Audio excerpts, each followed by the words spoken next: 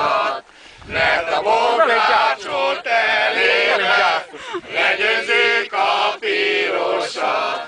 Éberségünk nem múlik el soha, az ösvényeken megyünk át, mert a kékek kapitánya az egy csecsika csikán. Mert a kékek kapitánya az egy csecsika csikán. Figyelj!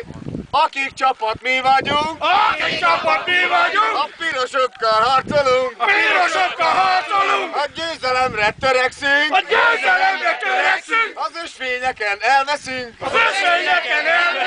kézben botot faragunk, és indulókat alkotunk, követjük a jeleket, a győzelemhez elvezet, de van nekünk egy karcsikánk, az alsóőrsi kapitány,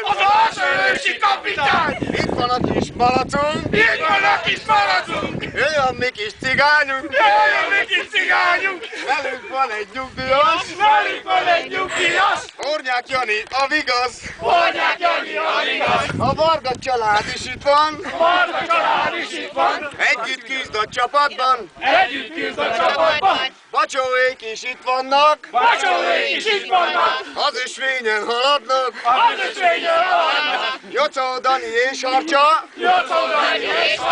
a három kis szólista, Ili néni és Kira, együtt volt az oviba, citrom a kis nótafánk,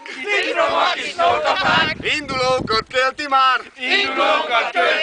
a rímeket keveri, a piros csapat remeki, érzik ők a hiányát, az alsó őrsön nyerő már, egyet győznek a kékek, pirosak szegények, győznek a kékek, pirosak szegények.